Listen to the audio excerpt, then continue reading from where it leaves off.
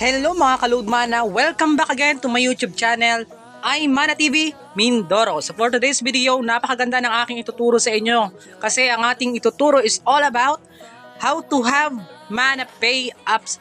So ano nga ba itong ManaPay apps? So papaliwanag ko lang kung ano po ito. So for the meantime, so ito po bagong-bagong launch lang this March 15, 2025. So switching to ManaPay. So ito po ang mga frequently asked question. So hanggang kailan pwedeng gamitin ang Loadmana 4.8 apps? So until March 31 po, 2025, magagamit ang Loadmana 4.8 apps natin. But after nito, sa ManaPay na po natin, kailangan mag-transact. So hindi naman siya necessary need na force na mag-download ng ManaPay. But ang reasons po kasi is meron lang changes o pagbabago. So, wala bang pinagkaiba ito sa luma na 4.8 apps? So, dito sa ManaPay.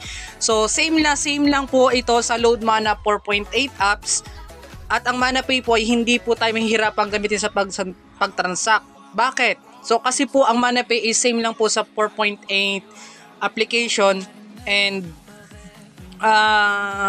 yung features niya is same lang po. Yan. So next is, bakit kailangan po magpalit ng apps? Meron naman tayong 4.8 na application.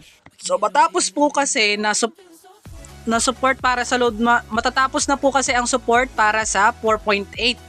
So this March 31, 2025, hindi na po magkakaroon ng security updates and fixes pagkatapos ng petsang iyon. Mas mabuti na mag-switch tayo to ManaPay para masiguradong safe and secured ang inyong transaction. So ibig sabihin po, after March 31, so di ba nag-update po ang Loadmana 4.8 apps natin. So hindi na po siya magkakaroon ng mga updated features. So ang magkakaroon na po is yung ManaPay natin. So wag po kayong mag-alala, ang itsura po ng ManaPay apps is same lang sa 4.8 apps. So kaya hindi kayo mahihirapan. So without further ado, so paano nga ba magkameron ng ManaPay apps? So nakikita niyo naman po yung nasa baba. So scan QR code to download ManaPay from Play Store. So, Google Play Store. So, nag-try po kasi ako mag-search niyan sa Play Store kanina. So, wala pa siya sa Play Store. Kaya, mas mabuti, meron po kayong QR code scanner. So, ano po itsura ng QR code scanner? So, ganito po ang QR code scanner. Yan. So, makikita po ninyo. Ito siya, oh. Yan. So, kung wala po kayo niyan, so you can download po sa Play Store, QR and barcode scanner. Yan. So, kung meron naman yung mga cellphone nyo, so, pwede naman po. So, kung gamitin nyo lang po yan, tapos, itapat nyo lang, i-zoom nyo lang po yung, yan, ang bilis naman, ulitin natin. So, ito po, yan yung cellphone kong isa. So, itapat nyo lang po dun sa QR code, tapos mag-i-scan na yan. So, ito na po yung link niya. So, pag click nyo po itong link na ito, is magdadirect na siya to website or Chrome type. So, click nyo lang po. And, nalimutan ko, kailangan po pala ng internet connection. Yan. So, dapat may data. Yan. So, after that, click nyo lang po itong link. Yan. Tapos, hintay lang po tayo ng ilang seconds. So, siguro mga 10. 1, 2, 3, 4, 5, 6, 7, wala pa. So, ito na po siya, So, directed na siya sa Google Play Store. For iOS, so may ginawa po ang company na separated. Pero, so far, so this is for Android phone devices. So, mga naka-Android phone gaya ko. So, install po. Ito nakasulat, install. So, makikita nyo naman, yan, same lang, Yan, install. Tapos, now over the network, so when Wi-Fi is available. So syempre naka-data ako, so now over the data ako. So wait lang natin siya, So mga lang po ito, 40 plus MB. Oo nga, 40.38 MB lang to. So mabilis lang yan. So ano nga ba yung difference ito dun sa 4.8 apps? So ang pinagkaiba lang po niyan is yung name. So, yung name sa taas is, diba, Loadmana 4.8. Yun lang po ang magbabago. ManaPay yung nakasulat. Yan. So, this is, hindi totally changes. So, ito ay same lang dun sa 4.8 apps. So, bakit ko nga ba ito tinuturo sa inyo? So, mga nanonood sa aking tutorial ngayon. So, kasi po, mas maganda may tutorial na ganito para mas mag-guide po yung mga bagong papasok and yung mga old member of Loadmana. So, kaya, kung nanonood ka pa rin up until now, so thank you so much sa panonood. And huwag mong kalimutan mag-subscribe sa YouTube channel natin, which is Aymana TV Mindoro, for the updated and latest tutorial here at Loadmana. So, pagkatapos po niyan, so open po natin. O sige, back na muna natin. Ano ba itsura niya? So, ito po siya. Yan, ito. Ihihiwalay ko muna. Ayan. So, ito po siya. Yan. So, click ManaPay. Tapos, ngayon po is, ituturo ko na rin kung paano mag-login dito sa ManaPay. So, sabi dito, allow ManaPay to take pictures and vid record. So, while using the app. So, access your contact, allow. Access your phone media device, allow. Yan. So, next po is, if you do not, kung hindi pa po kayo registered now. Pero kung may account na po kayo kagaya ko, so get started. Yan. So, get started. Tapos, ang technique po dyan, huwag nyo pong i-online. So, i-off nyo po muna yan. Malalaman nyo kung bakit. So, ako lang ang nakaka-experience kasi ang hirap po pag naka-online agad. So, offline nyo po muna para mas mabilis kayo. So, click next after nyo ma-offline. Tapos, pili po kayo ng gateway kung smart or globe. So, smart gateway na lang. Tapos, okay. Yan. So, eto po ang itsura ng isang ManaPay app. So, makikita nyo. So, walang pinagbago, no? So, eto siya kapag yung tatlong guhit, wala pa, hindi pa nakalagin. So, paano nga ba mag-login ng account naman here at ManaPay? So, click nyo lang po itong login.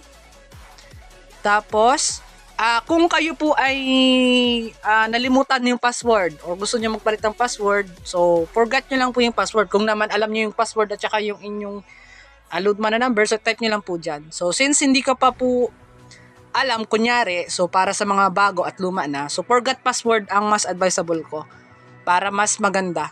Yan. So after that, pupunta po yan sa dashboard type, no, para mag-forgot password. So lagay lang tayo dito ng 11-digit phone number. So yung number po sa Loadmana. So ilalagay ko dito yung isa kong number sa Loadmana. Yan, so para example, 0991-465-7412. Tapos, i-click lang po yung send. Ayan. Tapos, pagkalagay po nung 11-digit account number, so may magte-text po na OTP, which is hindi po pwedeng ipakita dito sa ating tutorial. So, halimbawa na lamang po is itong 1, 2, 3, 4, 5, 6. Yan. So, 6-digit po kasi yung QR code, OTP na isa-send sa atin ng management. So far po ay 1, 2, 3, 4, 5, 6 muna ilalagay natin for the example lang kasi bawal po itong ipakita kahit sino man. So kaya naman kung kayo ay maggagawa nito, so make sure na do not share your informations sa ibang tao. Okay? So after that, click lang po natin yung verify.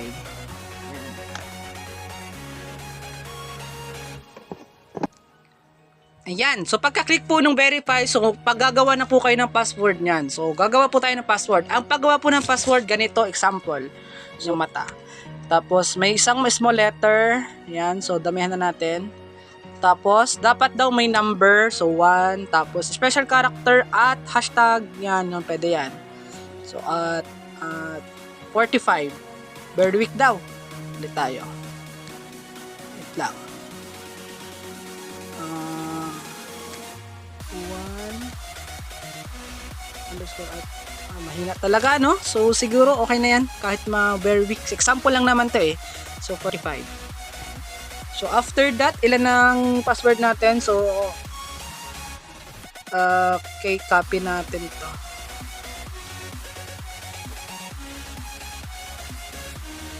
Yan. Tapos change password. Yan. So, pag nakagawa na kayo ng password, so 1 underscore at hashtag 45. O, sinasaulo na, no? Kasi mamaya gagamitin natin yung password na ginawa natin para sa pag-login dun sa set up later na lang. Okay. So, ito po yung ating load wallet, yung dashboard. Pagkatapos po nyo magawa ng password, return home lang kayo, open nyo po ulit itong Mana Pay app. Yan. Pagkatapos nyan, is stay lang natin na naka-on yung ating internet connection. So make sure po may stable internet connection kasi magda-download ng Mana Pay app. Ayan. Ayan. So click natin yung login.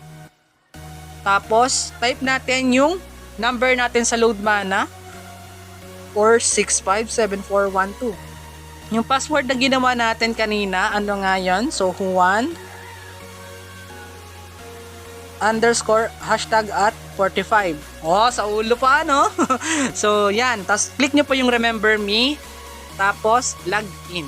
So, ganyan lang po login at magkaroon ng Load Mana Pay app.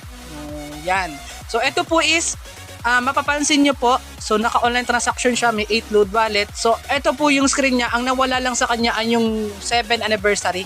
So, makikita nyo, same lang din yan. Oh. Yan, oh. Kay mama po kasi nakapangalan yan. Tapos, sa send, ganun din, Mana to Mana Wallet, send, yan, universal, traditional, retailer pins. Tapos yung load, ganun din, yan, so may messenger loading, yan, load. Same lang po yan, kaya hindi po kayo mahihirapan. Sa cash out, ganun lang din yan. Sa affiliate, yan, so yung sa mga nagpapasubscribe, ayan, hindi pa ako nakasubscribe, oh. So, pag-activate na message user. So, same lang po yan. So, sa transactions, yung load nyo, yan. Tapos, refresh. So, same lang po yan. Oh. Ayan. So, sana po natutunan nyo kung paano magkameron ng Load Mana Pay apps. So, ito po is, madadownload nyo po using the QR code. Kung wala po kayong QR code, so, message nyo lang po ako. So, para mas mag-guide ko po kayo. Kaya naman is, ibibigay ko na lang po yung link doon sa QR code. Pero mas maganda may QR code po kayo para hindi kayo mahirapan. Okay? So, ganun lamang po mag-download at magkameron ng isang Mana Pay app. So, again, inuulit ko, there's no changes in the inside. So, dun sa loob ng application. Ang nagbago lang po is yung name dun sa taas, which is yung Mana Pay. Okay? So, sana po meron tayong bagong natutunan for today. For more videos and YouTube tutorial, do not forget to subscribe and click the notification bell para lagi tayong updated sa mga bagong techniques and skills dito kay Load Mana. Maraming salamat po and God bless! See you sa susunod na training. Bye-bye!